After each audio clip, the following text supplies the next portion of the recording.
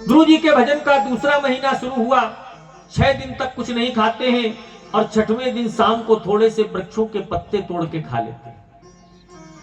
ध्रुव महाराज का जैसे ही तीसरा महीना प्रारंभ हुआ, ध्रुव महाराज ने 12 दिन तक कुछ नहीं खाया, 12वें दिन थोड़ा सा जल पी के रह जाते हैं। ध्रुव महाराज का जैसे ही चौथा महीना शुरू हुआ, ध्रुव महाराज ने 24 दिन तक कुछ नहीं खाया, 24वें दिन थोड़ी सी हवा खा के रह जाते हैं। और जैसे ही ध्रुव महाराज के भजन का 5वां महीना प्रारंभ हुआ, अखंड महीना शुरू हो गया, ध्रुव महाराज ने अपने श्वास रंध्र को ही रोक लिया। और कहते हैं जैसे ही ध्रुव महाराज ने ब्रह्मरंध्र को रोक लिया, अपनी श्वासों को रोक लिया, तो समस्त संसार के देवी देवताओं के प्राण अपने आप अवरुद्ध होने लगे। एक पैर पर खड़े हैं ध्रुव जी महाराज। ध्रुव जी महाराज ने अपनी जैसे ही श्वास को रोक दिया है, समस्त देवताओं के प्राणवायु को रोक दिया भगवान। सभी देवता दौड़े दौड़े भागे, भगवान के पास आए, भगवान से विनती की, प्रभु हमारे प्राण अवरुद्ध हो रहे हैं, क्या कारण है?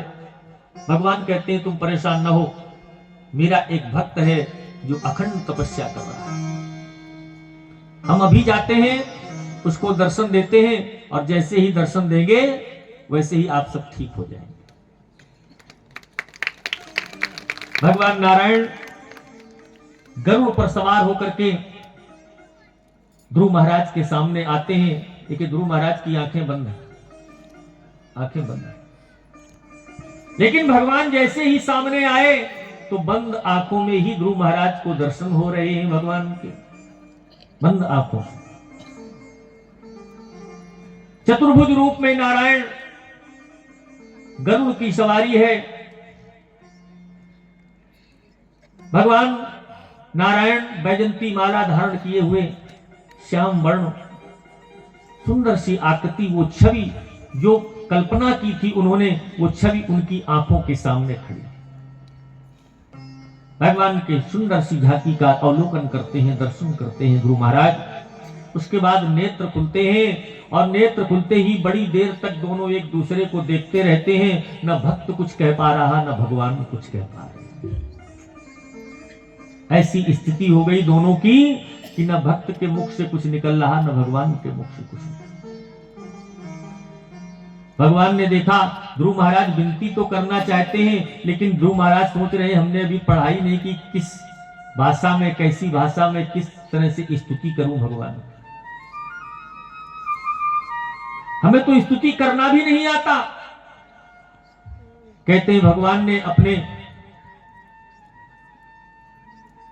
शंख को ध्रुव महाराज के कपोलों से, गालों से जैसे ही स्पर्श कराया है, संपूर्ण वेदों का ज्ञान ध्रुव महाराज को अपने आप।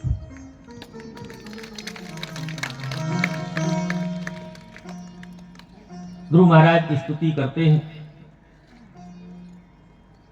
और भगवान की स्तुति सुनकर हंसने लगते हैं, और भगवान को देखकर ध्रुव महाराज भी हंसने लगते हैं। और ध्रुव महाराज को देख करके समस्त देवता हंसने लगते हैं।